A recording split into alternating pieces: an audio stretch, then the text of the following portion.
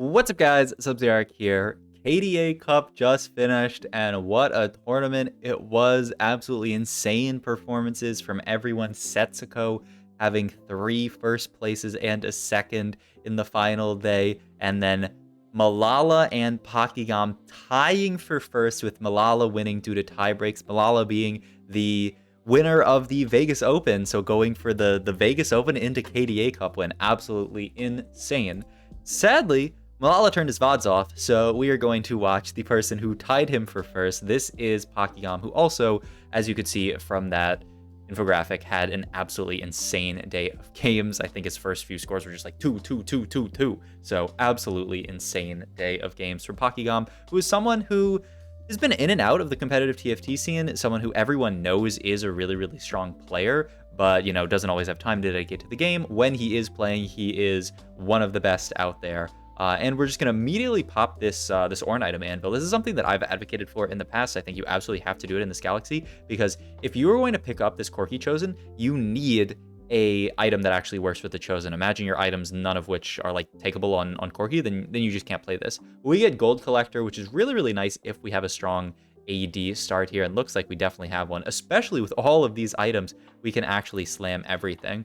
First augment also looking really, really nice. Have Help is on the way, which is a nice sort of like sack early game, but have a really, really strong stage 3 type augment. Silver Spoon, which is really strong early. I feel like that would be the pickup here. And then Stimpack, also like a solid lost streak augment. I feel like because you have the collector, you'd want to just take Silver Spoon here. Help is on the way is, of course, fantastic augment. Ooh, Spoils of War, another amazing augment here.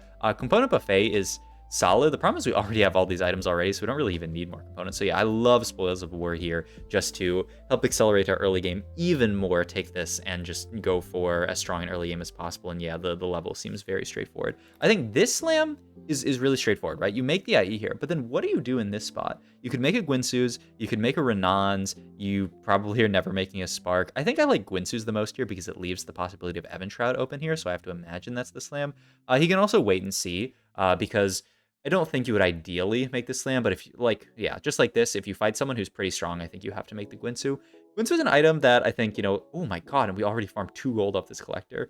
Early on in the set, 3 gold. Oh my god, almost 4 if potentially we could have killed that Corki. But yeah, I think this is an item that on the first patch of the set, everyone was saying Gwinsu slam. It's broken. You just make Gwinsu and play fast 9, and you are absolutely hard chilling. And then, you know, after that in the second patch, people are saying, well, you can't fast 9 as much, especially now it's a lot harder to fast 9 because you don't get the big benefit from going down where you can hit 5+ headliners. Gwinsu sort of fell off a bit, but I feel like it's coming back. Not only is it a good slam for TF comp, so that's definitely not what we're playing towards here, but if you're playing those 80 flex boards, a lot of times you can potentially make it a 9, cap around playing around Heartsteel, and play like Ezreal, and like Lucian with Gwinsu is really nice now that he actually scales with attack speed. That's a big sort of out that has opened up this this set since they actually bug fixed Lucian and he scales with attack speed now. So yeah, I like this opener a lot. I think it's really well played. As you'll see, if you look at every single person's board, almost everyone in a lobby like this is going to making very, very good use of their Ornn item. You know, Soju here with the collector plus Last Whisper setup doesn't have the like 3 item carry setup that Paki has here, but the collector on Urgot's going to do a ton of work. And oh my god, this collector Corki, I feel like it's for every single kill it's getting, it's picking up a gold, which is absolutely insane. We're gonna pre-level here because we can still make 10 with all the gold that we farmed off of collector. Like I was talking about, item-wise, you'd really, really like Evan's Shroud here, but there is no Evan Shroud here. He's gonna take Tier, which I kind of like as a potential frontline item. I guess you could even make an Adapticone, an adaptive helm here. I wonder if he's interested in that. Also, Garen's a fantastic pickup here. Not only could this allow us to we could play for Sentinel frontline, right? With just this Cassante plus this Lilia here, and yeah, you just play this, you get 8-bit in, and wow, the frontline looks amazing. It's also really, really nice with this Gwinsu, right? This is a scaling item that's going to make our fights, the longer they last, the more damage our Corki is going to be doing. And oh my god, what did we farm 2 gold there off 1 unit? The heck? Oh, it was because of Spoils of War. Oh yeah, I guess we're getting some gold from Spoils and some gold from the Collector. That's why it seems like almost every unit we kill, we're getting a gold. Because, you know, sometimes Collector's proccing, sometimes Spoils is proccing. We have so much gold from Collector that I almost forgot that we have this Collector here. We're going to fit Heartsteel in here for Paki. It's 2/6, which is a little bit awkward in terms of Heartsteel. You really want to get it in at 2-5 because that gives you the ability to get 2 cash outs in before 4-2. At 4-6, or at 2-6, this means that we're going to have to keep it in through 4-2 and then get our second cash out at 4-3 if we want to go for the double cash out. So a little bit awkward, but really, really interesting that, we're on... We have a strong board, but we're going to opt to play this Heartsteel here. I like it, though, because we lost our streak. I bet if Pocky had been on a 3 streak there, hadn't lost the fight after Carousel, that he would be thinking, okay, I don't need to put Heartsteel in because I want to play for win streak. But because we already lost our streak, I think Heartsteel is a really nice way to guarantee that we get some kind of power, spike our board, this stage. We get blue buff as a drop here, which is, a solid item. And oh my god, there's the Ezreal and a rapid fire on the Aphelios, so we can just play around that as our carry instead. This is really, really nice as a setup, actually, because if we ever hit 5 Heartsteel, we can play for that, which is amazing. The Aphelios is a great item holder, better than the Corki in a lot of case scenarios. And wow, we're actually going to fully itemize this Ezreal in this situation. Huh, that's interesting. I feel like I would think you would want to itemize the Aphelios, but I think his idea is that maybe we can get Big Shot in, play for this Ezreal, and the Ezreal's actually going to get more kills here. I mean, the Aphelios is a nice holder of the Guinsoo, but yeah, I assumed we were just going to go blue buff on Ezreal and then everything else on Aphelios. Interesting. Vampirism's a fantastic augment, so yeah, you can just pretty much take that one immediately. Level for this 4 Sentinel here and play 3 Heartsteel. And we have a great board. Yeah, I don't know, I'm curious about this Ezreal, because he has no Big Shot in for it. I guess the idea is that these items can kind of just stay on Ezreal the entire game. And then this Guinsoo can stay on the Aphelios, and we can start building into other stuff there. Also with the IE and the Collector, Ezreal can maybe one-shot some weak backliners, like a 1-star, 1 cost can potentially be killed by this Ezreal, so I could see it. It's also, with Disposal of War, maybe the value on the Collector isn't like the end of the world. As long as we're getting kills, we should be happy. And, Ezreal did good damage there, 5.6k, a decent bit more than the Aphelios, though obviously has 2 more items than the Aphelios, so you would hope that he's doing more damage. Ooh, an Echo too here is not bad at all. Definitely a really, really nice early game for Pocky here, and if he can ever get to that 5 Heartsteel, he'll be very, very happy. The other nice thing is that we're maintaining a lot of HP. 78 here is not very low. When you have Heartsteel like this, you really want to maintain as much HP as possible for that stage 4 Heartsteel, because this is how this comp wins the game. We know once we have this Ezreal that we're guaranteed playing AD Flex in this spot, and the way you win with AD Flex is that you get these big Heartsteel cash outs. If you do not have the HP to play for Heartsteel on stage 4, it's very, very difficult to actually play AD Flex. So I think it's really, really smart to, play a strong board, not, intentionally grief these fights. You definitely want to play as strong a board as possible and save as much HP as possible. The chain here is a really, really straightforward pickup. It allows us to build Crown Guard out of the Rod. The Rod is a pretty bad item in AD Flex, so the Crown Guard is the sort of like traditional way of breaking that. And TG, man, I always love getting a TG, I feel like, from my Heartsteel. It just feels like it's always good. You can throw it on the Cassante too here, and it's just very, very solid. Though probably you would like to lose this next fight, so I think I would wait to slam these items until I see my opponent. I guess it's not the end of the world if you do win this fight. This opponent looks strong enough, though it is kind of weird. The Guinsoo Urgot, who has this very, very low attack speed here. He's at 11 stacks into the fight, but still, I mean, Urgot 2 is Urgot 2. Ooh, actually really close fight, and yeah, we are going to end up winning it, beating Lil Top. That does accomplish the idea of saving HP like I was talking about earlier, so not the end of the world, but we do have this sort of weird situation here where we are loss, win, and depending on how strong the person we fight here is maybe going to be another loss. Wow, he's going to sell the Aphelios here. Wow, I like this a lot. Because you already have replacement Aphelios. This Aphelios isn't doing too much. You can just item hold the Samira for now. She's going to do okay with the Guinsoo, and the big thing that this allows is it guarantees that you're going to be able to play for another headliner at 4-2, which is what you want to do with this much gold, right? We're going to 4-2 it, look for something. Could be an Ezreal headliner, could be, some other kind of headliner. I think Heartsteel Ezreal would be really, really nice, but maybe we can even just hit 5 Heartsteel without caring about the Ezreal. We'll see. But yeah, I mean, we are level 7 here, 50 gold here. Absolutely, we can 4-2 it. He's even holding on to these bards for, like, it almost looks like he's already playing for 9, right? He's saying, well, bard's going to come in at level 9. Play to that sort of capped board, almost like we're playing the first patch of the set where you play around the Bard and the Lucian and the Ziggs and that kind of stuff, and yeah, just play for the strongest cap board you can. Still no Evan Shroud, which is really, really annoying, but oh my god, look at these Cassante items off the Lucky Loves. So yes, still no Evan Shroud feels a bit bad, and we have another Rod here, which I'm not sure exactly how we're gonna get rid of it. I mean, he slams the glove here just to put an item onto Samira, just because, I mean, damage is damage. But yeah, I mean, I don't know, we could go for another Crown Guard. I don't love double Crown Guard because some of the shielding might be wasted. Look at all that gold farm, though. Maybe a Gunblade. Could be a second Guinsoo, but double Guinsoo, if you're not getting it onto Sona, is a bit much. Let's look at our Augment here, because I think this is a big one. And we can even slow it down to 1x speed, because we're probably doing a 4-2 pivot, unless maybe he's sacking one more. We'll see. Jeweled Lotus, fantastic pickup. Martyr, another fantastic pickup. I wonder which one you take here. I'd probably lean Lotus, because we're definitely going to have a duo carry in this setup. But Martyr I think is amazing as well. I don't hate any of these. Gifts of the Fallen, great as well. He's gonna go for the Martyr. So yeah, let's look. I mean, yeah, I have to imagine you 4-2 it. WoW rolls once, and that's Heartsteel Ezreal. I cannot complain about that. Only downside is we don't really have a duo carry here. But yeah, I mean, we can bump it back up to 2x speed. That's Heartsteel Ezreal, so we can play around that. He's gonna continue to roll here because, I mean, he really just needs something to play. His board isn't that bad. Yeah, I don't think you need to, like, roll down super, super deep here. I love this. Just get the Jazz in, get the big shot in. And yeah, your front line is decent enough with this Echo. But now we have 5 Heartsteel in for this stage. We're about to cash out here, so it won't be the biggest, but we can keep it in the rest of this stage. And with a Heartsteel Ezreal, with a blue buff and an IE and a Collector, we're definitely going to take, at the least case, good losses. At the best case, you know, good wins like this fight is, though. We definitely would have liked to lose this fight and get the big Heartsteel value here, but still, 40 stack cash out, you know, might be some gold, might be an item or something. Yeah, it was 6 gold, not the end of the world. But yeah, level 8, 52 gold here, and with the speed that we hit there, we can go fast 9. This is how you win games and place highly with this comp, is that, you know, you hit your board fast enough and then you have enough HP. The big thing is HP, right? Imagine he had played like a really weak early game and had a huge loss streak in the early game. You could imagine how this spot would be much worse, right? You wouldn't be able to play for max cap. You wouldn't be able to play for the Heartsteel cash outs.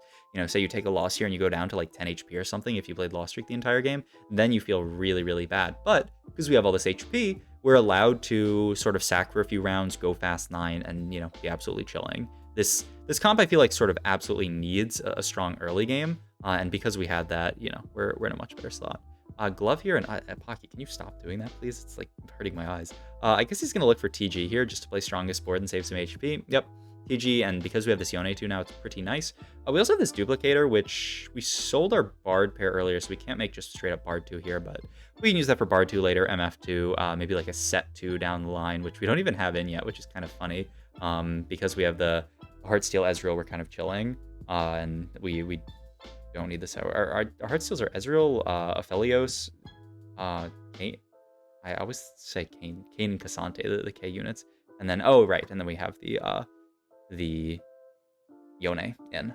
All right, 52 gold here, 53 HP, almost exactly as much HP and gold. And yeah, he's gonna, I love this. He's gonna start building out his level 9 board. He says, we're going 9 this game. I'm 53 HP. Worst case scenario, I take 2 bad losses, but even then, I'll still be able to go 9 pretty comfortably. You know, worst case, I'd be like 20 HP here, but with how good my board is, yeah, I could certainly see us winning fights here. And Soju's board is so weak, actually. Soju's spot looks really, really difficult, actually. He looks like he's just going 8. Though I guess everyone else is so low as well. There's the Lucian, which is going to help us cap out this board really, really well. Can immediately sell the Senna, actually, and just get in Crowd Diver with this Zed here. I feel like Senna's a potential nice unit to add on your board. I guess the idea is that we might play 5 Heartsteel for a lot of Stage 5 as well. Tome, which is going to be Big Shot Emblem.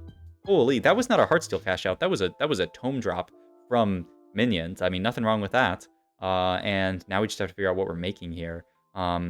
Still no Eventroud, still no Shred. We just have to deal with the Shred from the Lucian. But yeah, I like this. And ooh, Gunblade. Okay. I would have really favored finishing an item onto the Echo. I probably would have just gone double of the shield item, but he's actually just gonna go for the Gunblade Lucian. Has complete faith that he's gonna hit Lucian 2 here potentially, and so yeah, huge cash out there. He didn't have enough space on his bench, it seemed like it said, for that, so we're just gonna go for a big roll down here. I guess I can slow this one down as well because it's a very, very consequential roll down. We still have a lot left to roll here. Bruiser, Big Shot Ezreal, a perfect replacement here. Now we get 4 Big Shot in. And yeah, at this point, we're just, you know, filling out our level 9 board. Really need to pick up a Set, actually, to fill out the synergies. Though I guess he has Poppy, too, as a nice replacement for Set. You don't get Bruiser in, but you get Poppy, too, which is a cool guy. TG here, TG there. Did we end up picking up our orb with units in it? I'm not actually 100% sure. I guess we'll see when we go back to our board, because I was on 2x speed. I guess we'll see. Like, do we still have an orb with units in it on our bench or on our board, or did we get that in time? Yeah, I guess we did end up picking it up. Okay, and maybe it was some of these 5 costs. We have Lucian too and the Kiana. That makes sense. Continue to roll down here just because we're level 9. Our board is so far from capped out. There's so much other stuff that we can find here.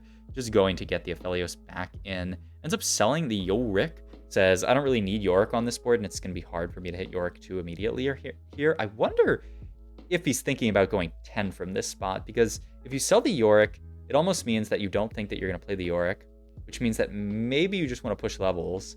Yeah, it could be crazy. I mean, you have Protector's Vow Lucian 2 here, which I think makes it even easier to go 10 in a spot like this. So yeah, now that we have the Solution 2, it's also a perfect item to finish our Echo items. This feels really, really good. Also, it looks like he doesn't have his Zac selected with this EDM selector because the thing keeps pestering him about it. He's gonna put on the Zed, actually. Wild. I was when I was on the co-stream today, I was talking to Demacian Raptor, and he was talking about potentially, like, even when you play around Zed carry, sampling the Zac, but he's gonna sample the Zed here, a little bit of extra damage onto the board here. This Riven board, still sort of the bane of a lot of these boards' existences, though the nice thing is that Poppy buys a lot of time, but with no healing reduc on this board, I believe it's gonna be really hard to cut through this Riven. Like, we don't have a red buff onto Ezreal. We don't even have, like, a Sunfire or Morello, right? Yeah, we have 0 healing reduc on this board, so gonna be very, very hard. And oh my god, Pocky picks up the Jhin and says, I'm playing for 6 Big Shot as my board, and I have this Ezreal pair. What a cool board. 6 Big Shot is not something you see every day, but he says, with the Alawi, with the Zac 2, I have enough frontline. Even the Zed is going to put in a little bit of work as a decent frontliner with just 0 synergy. Zed2 is Zed2, and so he's going to be a nice frontliner. Also with the Martyr and the Vampirism, we have extra frontline, and the nice thing is that we can potentially go 9, or go level 10, and then add some extra frontline here. Maybe, I don't know, actually. Maybe you can get to, like, the Yorick here. I think Yorick's a pretty... Yorick and then, like, Thresh over Zed seems like a pretty natural inclusion, but we'll see. There's the Sunfire cape, like I was talking about earlier. No healing reduction. Now we finally have it.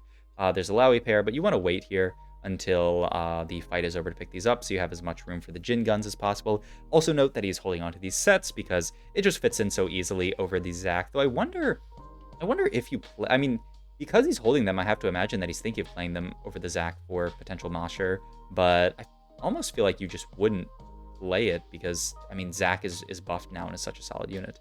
We are, oh my god, almost going to take a loss there to, I think that was Lil Top, but just barely win it out. We get to level up here, just pick up a lot of these finished units here like I was talking about. There's the Thresh, there's potentially the Yorick that he's thinking about.